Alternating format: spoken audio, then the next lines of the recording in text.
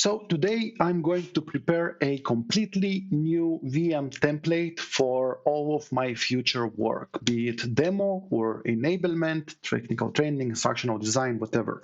And the reason is my old images are based on CentOS 7.5 and it's a little bit old and unstable, and the amount of upgrades that I need to do and versions that I need to go through until I get to what I want is not enough. So I prefer to create a new image, and this is exactly what we're going to do here.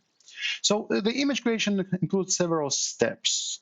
Okay, first of all, the initial planning, gathering all the information that you want, the installation, of course, configuration of the image, and then snapshotting. So now it will become a template, right? So the initial planning, basically, you need to decide on what OS you should be using, and there are many articles about that, and everybody have their different needs, and we're not going to deal with that. I decide on CentOS because there are some specific prerequisites in my organization or what I do on in my daily job, including today.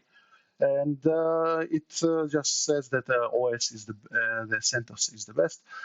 Plan the use cases. See what you're going to do with the template, and see how the software that you're going to install it. What's the compatibility? What's the best use case scenario on that software? What creates the best experience and stability, right? And of course, decide on packages and utilities. This is the part where you prepare the template, so later you would not need to go and do all of those things, right? So initial planning for me, this is CentOS 8.x. It's going to be software installation of all kinds, but also systematic abuse. So being the demo guy for monitoring tools need to have the monitoring target to do something, right? For example, you monitor disk space, so you need to run out of disk space in order to see that the monitor tool is able to capture it, right? One of those things. And now all of the software that I plan to install on it supports 8.x, so I'm good on that. In terms of what I want to do in terms of configurations and prerequisites, so among them, for example, nano editor, vim editor, stress, scripts, htop, to show the system usage, and the system needs to be able to support RDP, and it needs to have a GUI because some of the software requires the GUI to be there. So it's not as minimalistic, but still.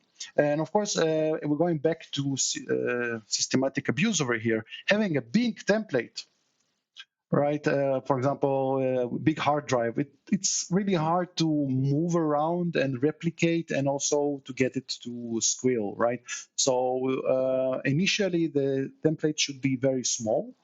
For example, 40 gigabytes of disk space and let's say two CPUs and 2 gigabytes of RAM, right? And later I can expand on that. But in terms of disk space, I prefer, instead of extending and increasing some history, or instead of the image taking some history into it, like for example, expanding hard drive, which is not a very pleasant procedure in Linux, I would do it twice. But in this video, I'm going to do it only once because, well, we just follow my work. This is the tasks that I'm doing for today. So for installation, we'll do the default settings, and then we'll do altered settings, and we need to have a reason. Not nice to have is not good enough. Cool. So there I'm going to my infrastructure over here, and let me see that I'm in dev. And am I in dev? Yes, I'm in dev. So I'm going to right-click the cluster, and I'm going to say new virtual machine. I already downloaded the ISO image, right? So I need to give it a name, and the name of the image would be OPSB. You know what, I like underscores. Template CentOS 8 x underscore 40 gigs, 40 gigabytes. Okay, and the folder is going to be not here. We're going to choose the computer resource under Titan or 2, which is the dev environment, always working dev.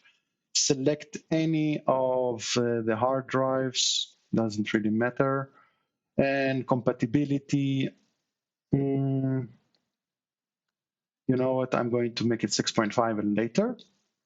So I would be able to clone this image to maybe older hardware, right?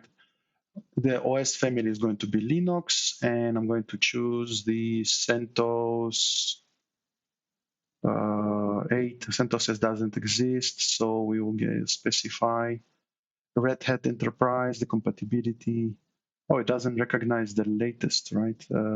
So we are going to say that it's going to be other Linux 64-bit. Yeah, it's not fully supported. That's okay. We can change it later. It's not that right now it's important.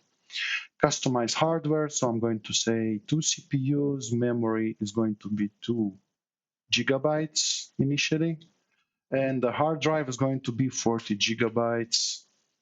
The network, I'm going to see if I can choose the network to be, I have no idea what the network should be. So I'm going to choose network as it is, but I'm going to change it before I power it up. And data store, content library, you know what it's going to be? No, the ISO is not part of the data store. So it's going to be client device. We'll specify it later. Video card is not important, and that's about it. So I'm going to click next. And let's actually see the VM options. What do we have here?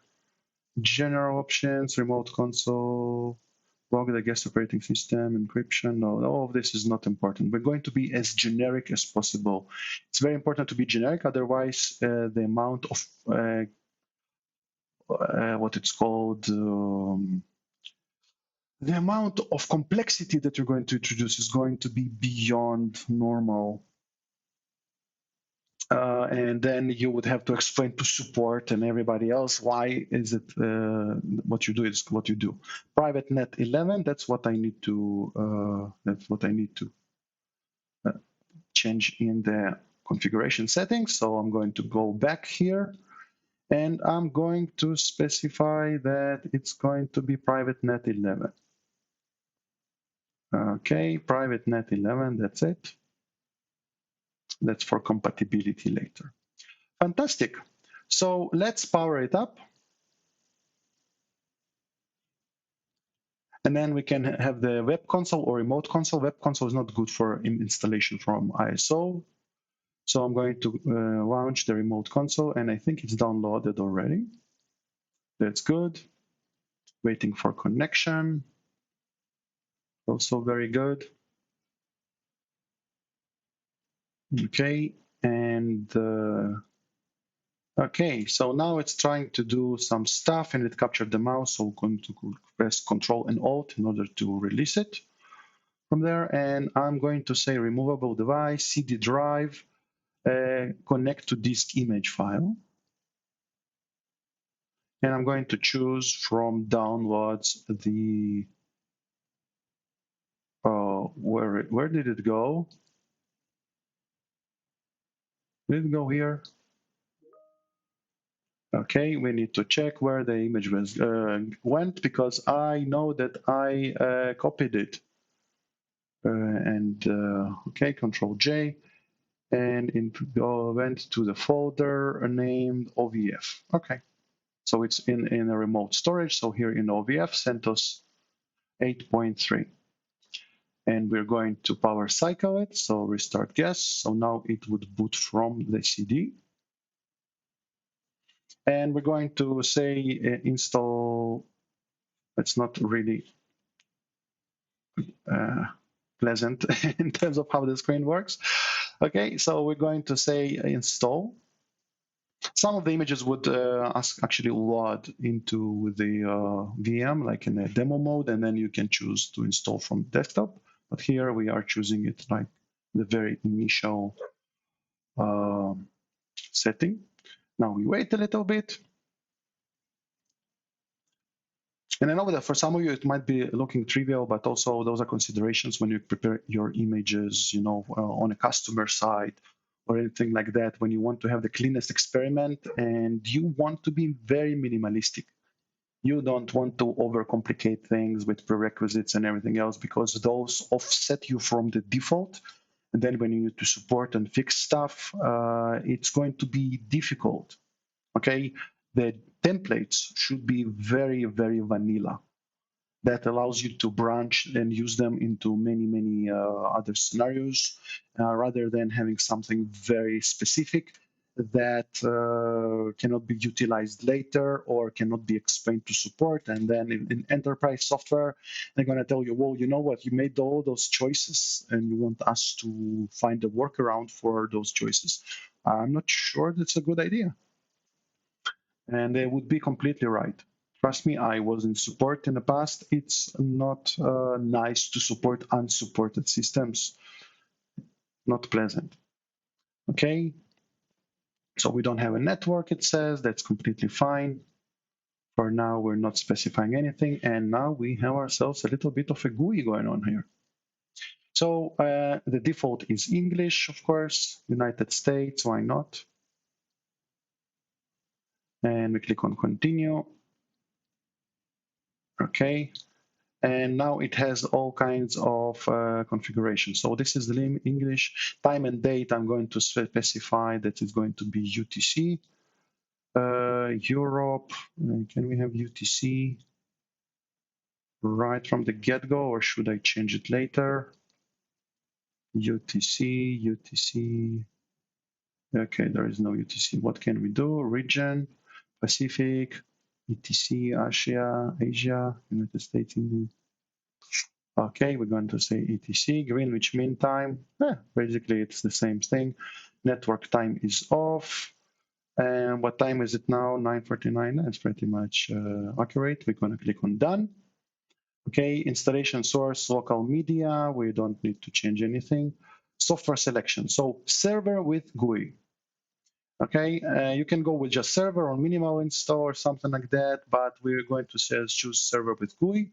So it would have this Genome 2.4 look to it.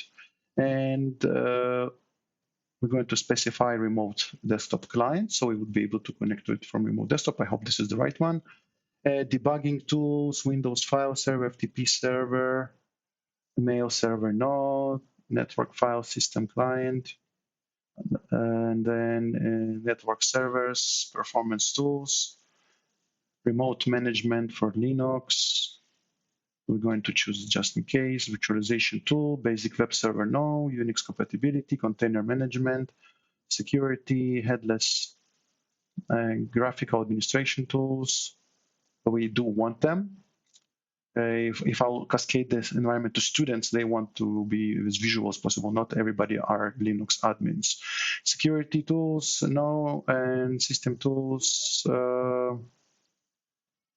I think system tools also important. Otherwise, we'd have to install them.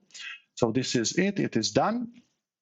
As you see, it's very minimalistic. I just chose remote connection alternatives, and that's about it. So this is the hardware, and it says, well, storage configuration, or do you want to alter it? And I want to say custom. Okay, it's very, very important for me to make it custom because I don't want to distribute the file system in a way that it would not be utilized properly. No disk selected, so I need to select this disk, and it says custom. Full disk summary. Okay. And where is the custom? Probably it's going to be included in the next step. Okay.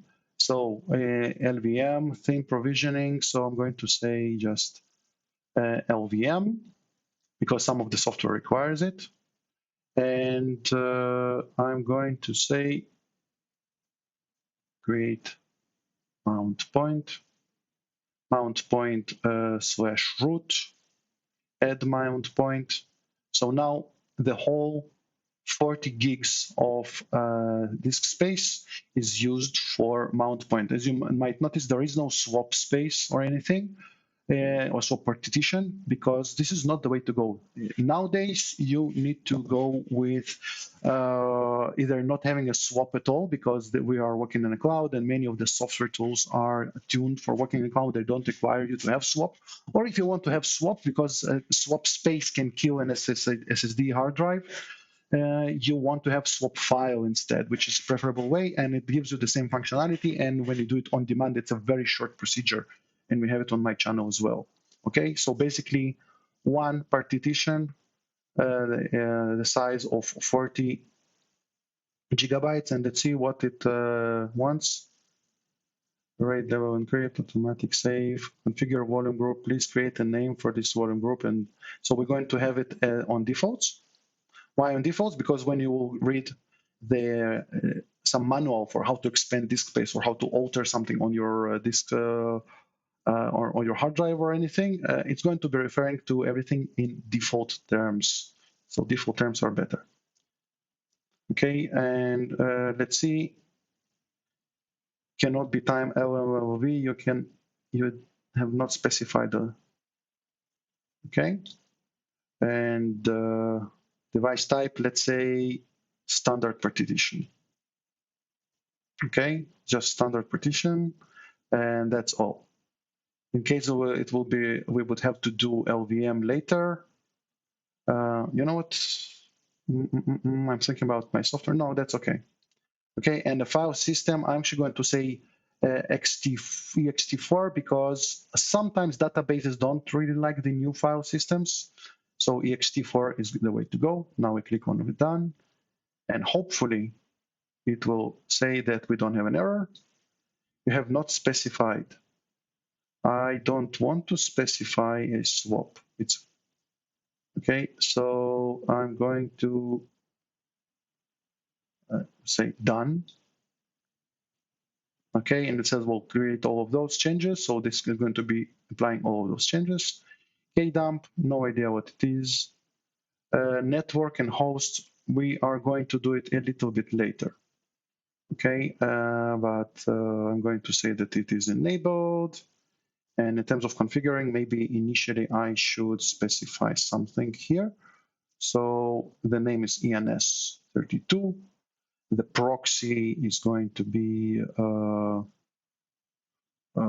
specified a little bit differently. Automatic is not going to be, it's going to be manual. And I'm going to add the network address right here already. So it's going to be 172.16.241.10. Okay, net mask is going to be class B, so it's going to be 255.255. Was it class C? Oh, I think it's class C, 2550. And getaway is going to be 172.16. Actually, I made a mistake previously.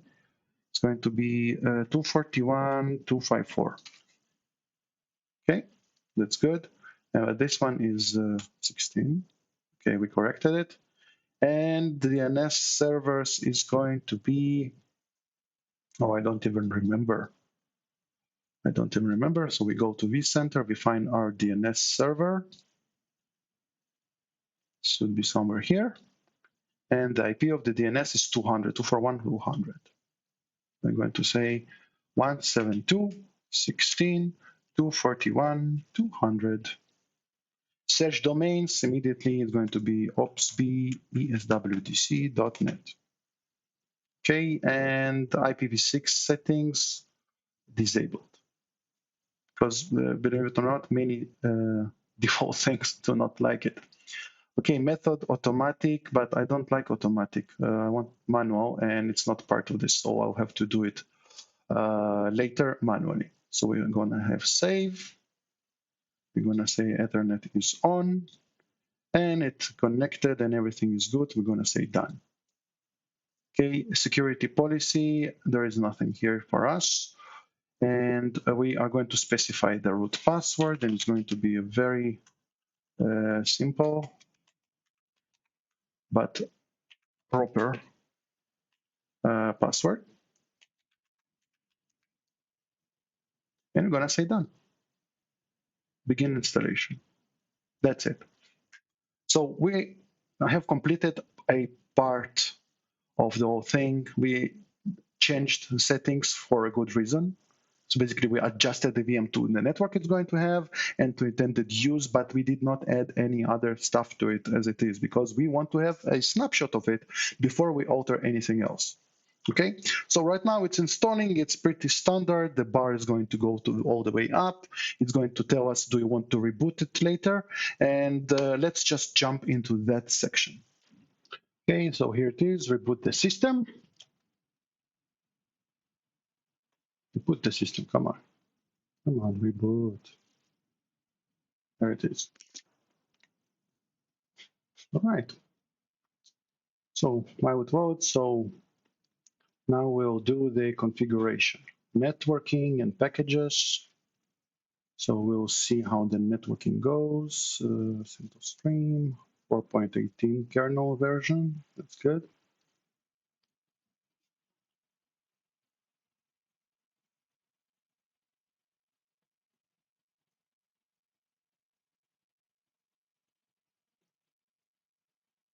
Okay.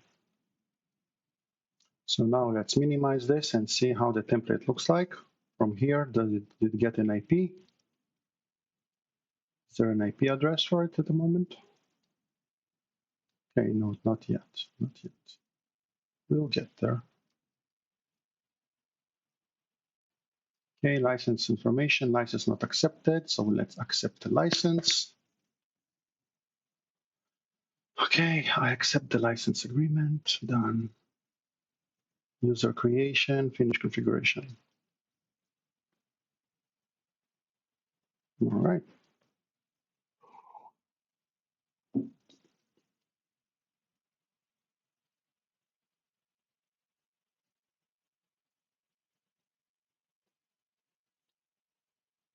Okay, so this is what we have so far. We have the welcome wagon, location services off, accounts skip, about you, full name admin, username, actually going to call it admin.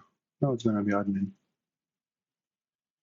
In fact, we are going to be using root at all times because this is the preferred way of doing things in this specific environment. And it didn't help. What's going on? Okay. Now the password. Okay, start using CentOS Linux, and now it will open this very nice GUI.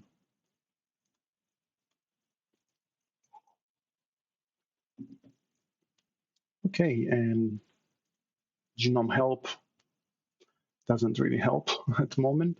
So let's see, we got the IP address. So I'm going from the inside over here. And let me just configure my mRemoteNG to connect to the template. So the template got the IP of 172.16.241.10, right? And we already have the username and password set up for it. Double click. It says, well, do you want to accept? And yeah. So do we have netstat? And do we have systemctl? So netstat minus amp grep 3389. And do we have RDP? No, we do not, but we do have netstat, which is fantastic. Okay, and system CTL status XRDP.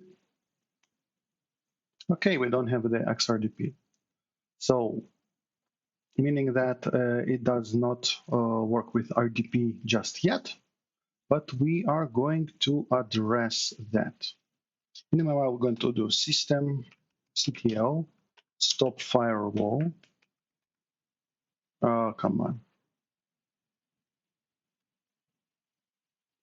And then we are going to disable firewall.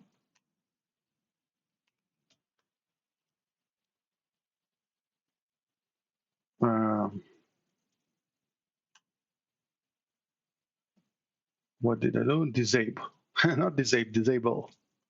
Okay, that's it. So now the template is more or less accessible. Now we are going to borrow some settings from previous environments, right? So it's going to be doing this cat etc environment, and okay, and this one is missing a few things, so I'm going to copy it, and I'm going to say nano etc environment. Now there are many ways of configuring your proxy and stuff, but I'm going to use this methodology just because. Okay, so I'm going to say dot opsb dot demos.net and save. And also I'm going to say nano yamconf. Okay, nano etc yamconf. Yam conf. All right, and I'm going to use donor environment. So it's going to be cat etc yam.conf. And what I need is the proxy. Basically, it's very similar. Okay, fantastic. So yam install, let's review what we had planned for it so far. Do I have the list of packages? No, it's probably on the previous page.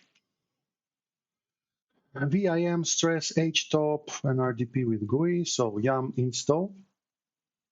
And then we're gonna say yam install VIM.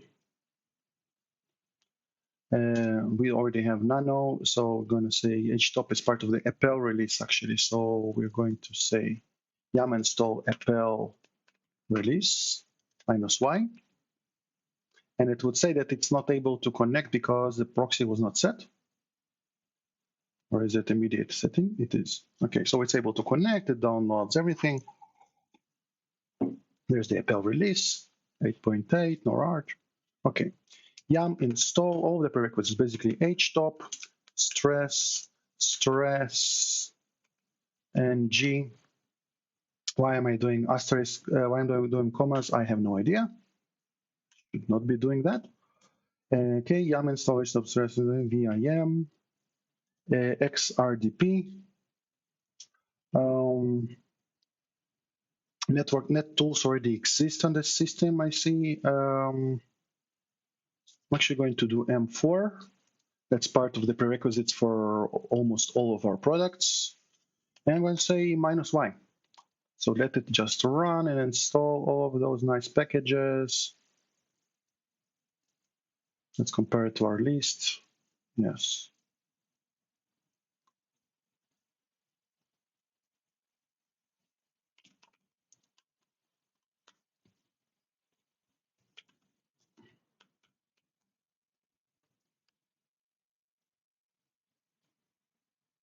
All right, there it is.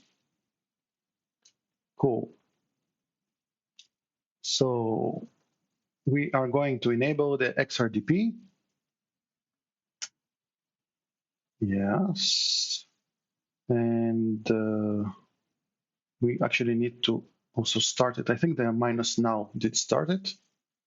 Okay, fantastic. So let's see. We are going to repeat the netstat command. And now we are broadcasting on the netstat. So we'll take this template over here. And we're going to specify that this is actually, I'm going to duplicate it. And I'm going to say Linux RDP template. Linux template RDP. And I'm going to set the IP with 172.16.239.241.10. And we can log into administrator or root. I prefer to do it with root. And let's see if we have the RDP access. Because if we do, and we do, then the console over here is no longer required. Yes. Okay. Let's give it a second over here. We'll configure the browser. Believe me, not a browser without a properly configured proxy in advance is a nuisance later. It is.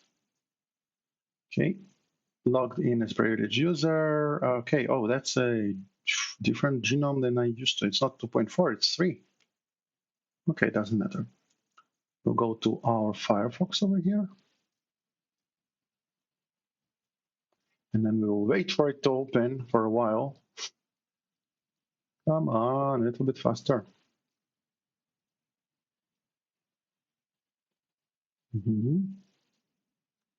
And it wants us to configure stuff again.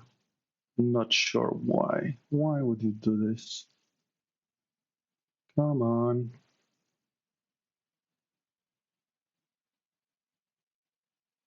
Skip.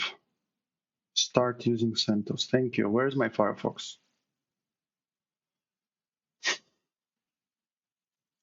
Where is my Firefox? While we're there, let's say that we have NM2E. Do we? Yes. Let's change the system host name to template. .opsb.swdemos.net. Okay, so just in case somebody copies it, so they would know that they need to do some stuff.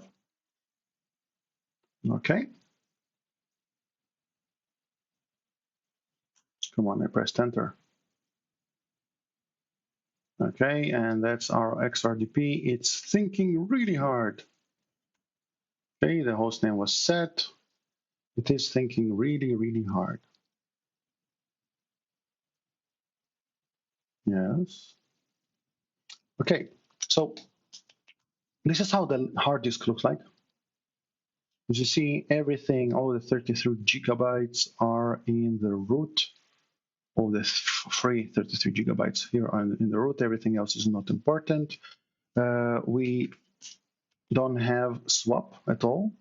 As you see, swap is turned off, which is good. When we need swap, we'll just perform some swap setting configurations and be done with it.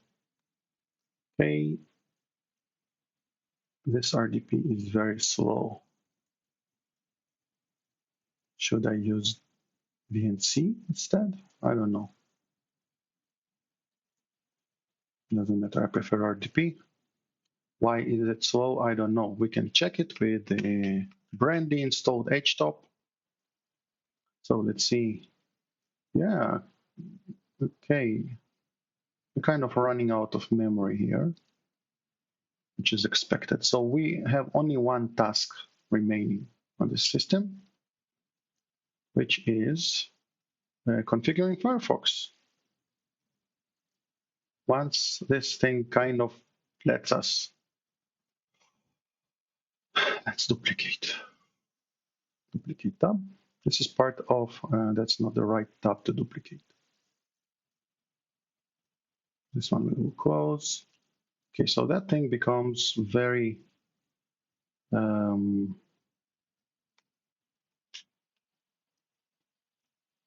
is it doing? I know that I'm pressing the wrong buttons over here. Bear with me.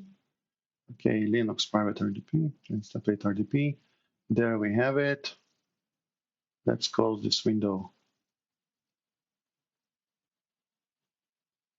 And it is simply not listening to us. Okay, well, it's time for us to reboot the server. Always reboot your server before snapshotting. This is super important. Sometimes some settings that you thought that you turned off remain turned on. And it's just very, very bad. To use this template later, it's gonna be painful. You cannot use it in automations. And also it's more work, more things to remember. Remember, template is something that you need to be able to access in a second, in a snap. Just clone the machine, start working. Nothing else is important. So there we have it. It's rebooting. Let's see if it connected already. Yes. Let's see if we can do the RDP portion. Is it better now?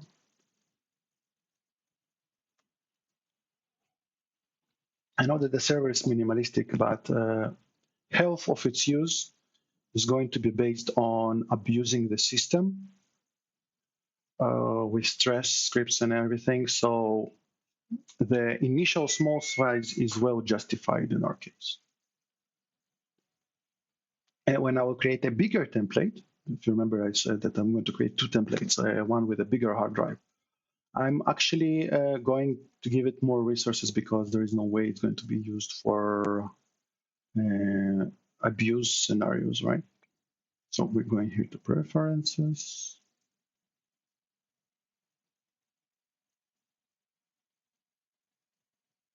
Okay. Okay, and let's see, network or proxy.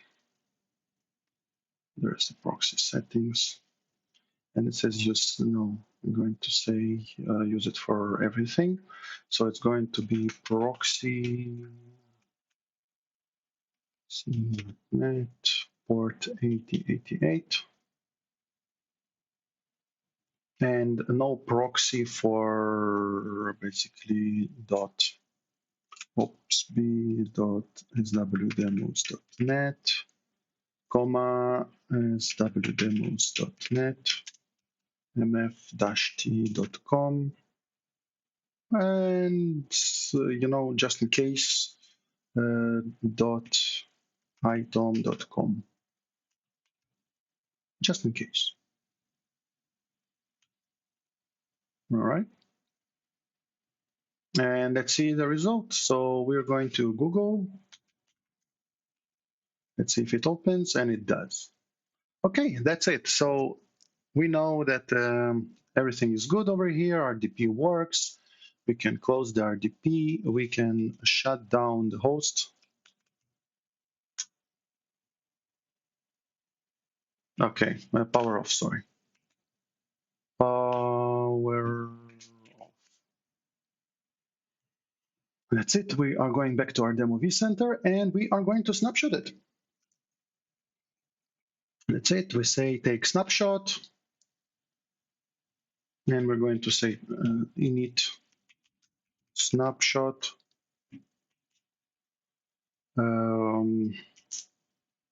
mean resources packages install. Okay, kind of a reminder to myself what it is and what it does. And now when I need to do it, I'll just right click and clone it.